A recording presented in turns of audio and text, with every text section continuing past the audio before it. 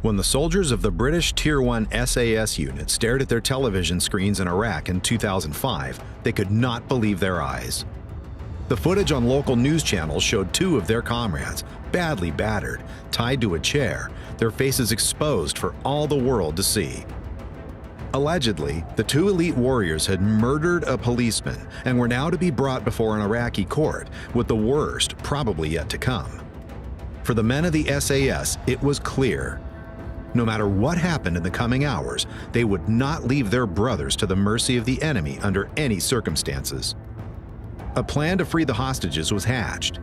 However, the British government suddenly seemed not to care about the lives of their own soldiers anymore, and the whole rescue mission was on a knife's edge. What followed next was a struggle between the SAS soldiers fighting for the lives of their comrades and the political leadership, who were completely oblivious to the situation on the ground. It all began on September 19, 2005, when the operators Campbell and Griffiths were conducting an undercover mission in the Iraqi city of Basra. Disguised in civilian clothes, they drove around the country in an inconspicuous vehicle to shadow a corrupt police chief who had connections to terrorist organizations. This was not just any mission, but an official cooperation with the famous British intelligence service MI6. After the SAS soldiers had gathered enough information and were about to leave the city, they ran into an Iraqi checkpoint. Only a few days earlier, British soldiers had already arrested another police mastermind, and the atmosphere between the two parties was correspondingly tense. To prevent the situation from escalating even further, the highly trained soldiers initially tried to talk their way out of it. But when the Iraqi police officers refused to calm down, and suddenly even tried to drag them out of their vehicle, the operators wouldn't take it anymore. They opened fire, wounding two of the attackers, and stepped on the gas.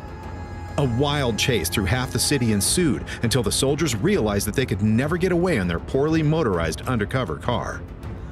Once again, they tried to resolve the situation diplomatically, laying down their weapons and getting out of their vehicle. However, the Iraqis beat up the soldiers and dragged them to a prison in Basra, where they forwarded their pictures to a news agency. When the soldiers from the 22nd SAS Regiment in Baghdad saw the footage of their comrades, they immediately moved to Basra and prepared for an imminent hostage rescue. Campbell and Griffiths, meanwhile, took advantage of their excellent training, which had prepared them for situations like these. They gave the kidnappers just enough information to keep them alive, but didn't reveal major secrets. Soon their comrades would burst through the door, kill all hostage takers, and free them. Or at least that's what they thought. Because while the captured SAS soldiers were fighting for their lives, their commanders weren't reaching anyone to authorize the rescue mission. The order was to simply do nothing so as not to escalate the situation further. Any political entanglements were more important to the superiors than the lives of two British soldiers. The leaders of the SAS did not give up, but even the general in charge in England didn't answer his cell phone. And soon the soldiers in Iraq were joking that he had switched it off because he was playing golf. In the meantime, the American forces had deployed a surveillance drone over the prison and even offered a squadron of their own Delta Force soldiers to carry out the hostage rescue. The British appreciated their allies' gesture, but wanted to get their guys out themselves. After all, it was not due to the SAS's lack of motivation or willingness, but simply to indecisive leadership that a rescue mission had not yet been initiated.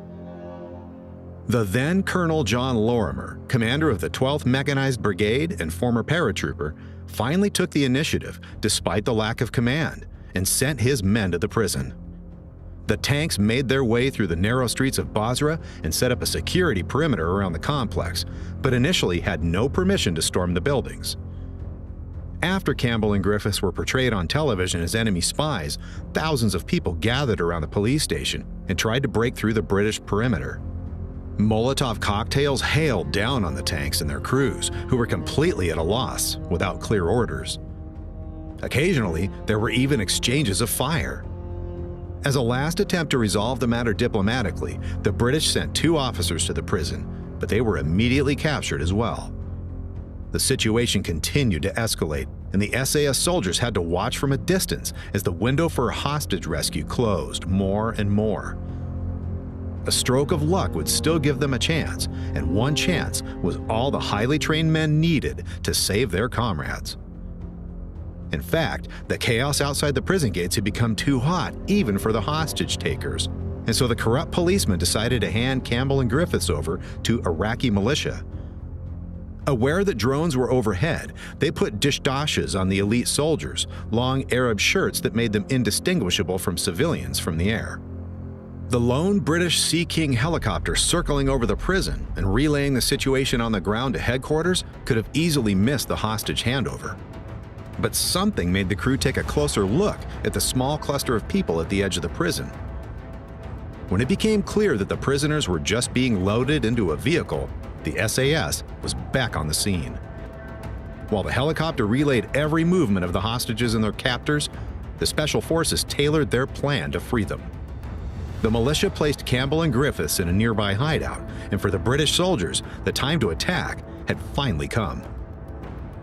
The tanks in front of the police station broke through the prison walls, rolled over vehicles, and allowed the infantrymen to successfully free the captured British officers. One of the tank drivers later commented that it was the best day of his life. Meanwhile, the SAS soldiers raced toward the militia safe house, which fled in the face of the fearless warriors, leaving their hostages behind. Simultaneously, the operators blasted their way through the doors and windows of the hideout, cleared the building, and freed their comrades without encountering any resistance.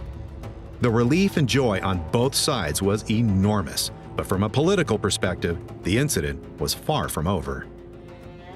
As it turned out, the SAS had acted independently, and the order to attack was only meant for the forces outside the prison.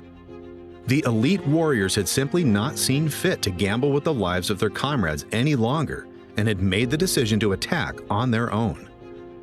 According to some sources, there were even indications that the hostages were about to be executed, and the soldiers had saved their brothers from certain death. After everything had cooled down, the British leadership subsequently authorized the hostage rescue. However, many SAS soldiers suspect that this only happened because the rescue mission was a success. Any complications would have likely left them at the mercy of the press and military courts. However, the operators had tuned all of this out at the time of the raid because neither the end of their careers nor the possibility of being in the dock could deter them from rescuing their comrades. A brotherhood that no one else could ever understand. If you've made it this far, thanks for watching. We have a lot of fun creating new videos for you, but it also takes a lot of work to research and fact-check everything. If you want to help us produce more content, feel free to leave a like rating and comment about what you think of the hostage rescue. Did the British leadership act correctly, or should they have let the SAS do their thing from the start? Whatever you think, we're eager to hear your opinion. Also, don't forget to subscribe and tap the notification bell to be the first to see new videos. Thanks a lot for your support, and see you next time.